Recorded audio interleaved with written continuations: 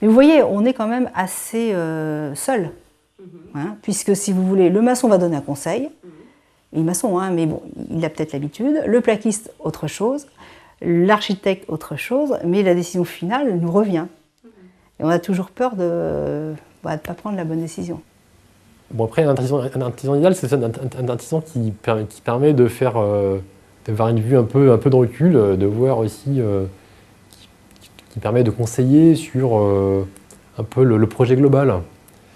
C'est vrai que, mais bon, malheureusement, ils vendent chacun un petit peu leur truc. Et celui qui fait les fenêtres, ben, il ne s'intéresse pas du tout au plafond, parce que pour lui, c'est la fenêtre. Hein. Et celui qui fait des poêles, ben, il ne va pas du tout penser à l'isolation des plafonds, hein, parce que lui, à la limite, ça l'arrange que les plafonds ne soient pas isolés, comme ça les gens ont plus froid, lui, il vendra un poêle plus gros. Ben, bon, non, je caricature, hein, mais... Je dirais le fait d'installer un nouveau chauffage nous a incité, je dirais, à regarder quand même de près les endroits éventuellement qui n'étaient pas isolés. Notamment donc les chambres. Il y avait donc des parois, le dessus des chambres était isolé, mais les parois donc n'étaient pas isolées. Et en fin de compte, on ne se rend pas bien compte au départ de ce que ça peut donner ces déperditions. Et c'est vraiment maintenant que l'on a mis ces isolations que l'on voit, je dirais, ne serait-ce qu'en notion de chaleur, hein, de persistance de chaleur. Hein. Nous, notre rôle, c'est vraiment de présenter toutes les possibilités qui se présentent aux particuliers sur son projet, présenter les avantages et inconvénients de chacune des solutions pour que le particulier puisse prendre sa décision en toute connaissance de cause. Donc, il y aura aussi bien les aspects financiers que environnementaux. Les gens qui ont des envies, par exemple, de panneaux solaires ou de choses comme ça, la première chose qu'on leur dit, c'est déjà, isolez bien votre maison, mettez l'argent là où il faut, et c'est d'abord l'isolation. Ensuite, si vous voulez effectivement rajouter un panneau solaire pour l'eau chaude sanitaire, si vous voulez avoir un puits canadien, etc., on le regarde, on réfléchit, on fait une étude thermique et on va plus loin. Une évaluation thermique, ça revient effectivement à modéliser un logement ou une maison, que cette modélisation soit proche de la réalité, proche des factures, et qu'une fois que le modèle semble bien calé, on imagine des travaux futurs, on fait des calculs et on estime l'état final après travaux. Ça permet de comparer des travaux par rapport à d'autres travaux, une stratégie d'amélioration d'un logement par rapport à une autre stratégie.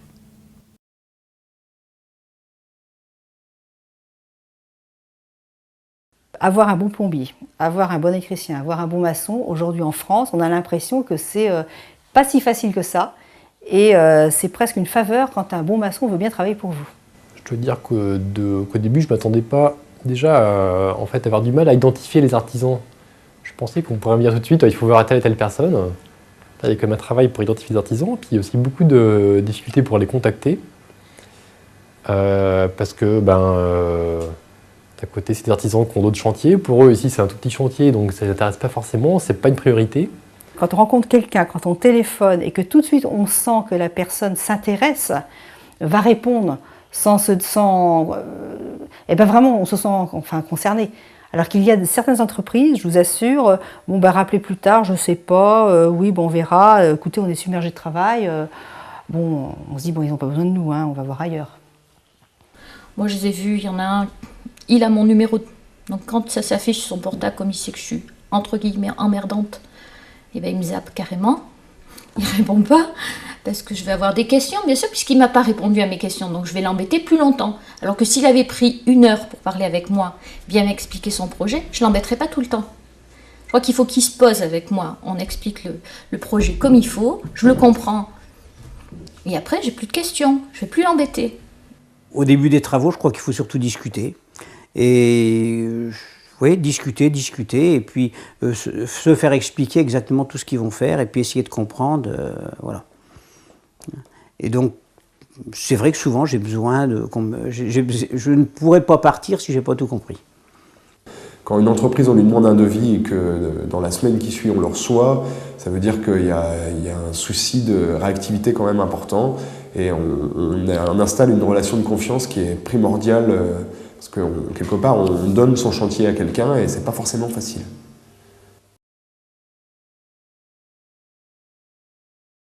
La plupart des reproches, je dirais, je pense que si on interviewait une centaine de personnes, pour avoir une idée, la première serait de dire l'artisan, il met très longtemps à nous faire un devis, par exemple.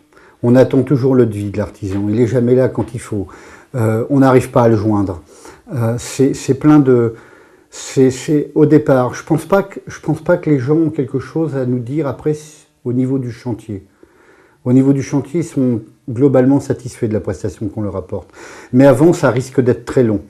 Alors effectivement, il y a des entreprises qui n'ont pas la structure qui permette de le faire.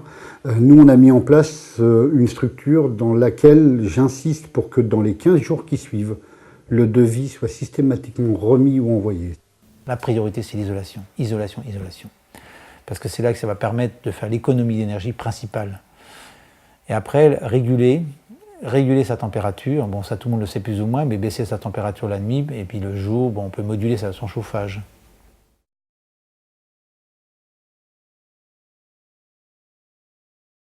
Par rapport aux prévisions donc, qui m'avaient été données, nous sommes réellement, je dirais, performants dans ces rampes. Donc on a la tendance à dire que le rendement est excellent et que la consommation, donc c'est simple, la consommation est pratiquement divisée par 2, pour vous donner un ordre d'idée. A priori, ce que j'en ai vu, la consommation aussi, j'ai une chute de plus de 50% là, sur les 6 derniers mois, de consommation d'énergie. Pas d'argent parce que bien évidemment le gaz a augmenté, mais par contre là c'est spectaculaire. Bon, il faut dire qu'aussi qu'on a eu un hiver particulièrement doux, donc à suivre quand il fera froid, mais bon. De toute façon, tous ces travaux, toute cette action, toute cette culture qu'on est en train de mettre en place les uns et les autres, concernent effectivement le changement climatique. On ne fait pas simplement des travaux d'économie d'énergie pour faire des économies. Bien sûr que c'est pour faire des économies, c'est pour préserver les ressources d'énergie fossile, mais c'est avant tout et prioritairement pour diviser par 4 les émissions de gaz à effet de serre. Et ça, c'est essentiel. Alors la question, c'est pas espérons qu'on va y arriver, on n'a pas le choix. On n'a pas le choix, il faut le faire. C'est le strict minimum. Il faut qu'en 2050, nous ayons, nous Français, voilà, c'est notre feuille de route, nous avons à diviser par 4 les émissions de gaz à effet de serre. Et là, tout le monde doit s'y mettre. Et c'est ça la grande difficulté. C'est loin et ça s'adresse à tout le monde.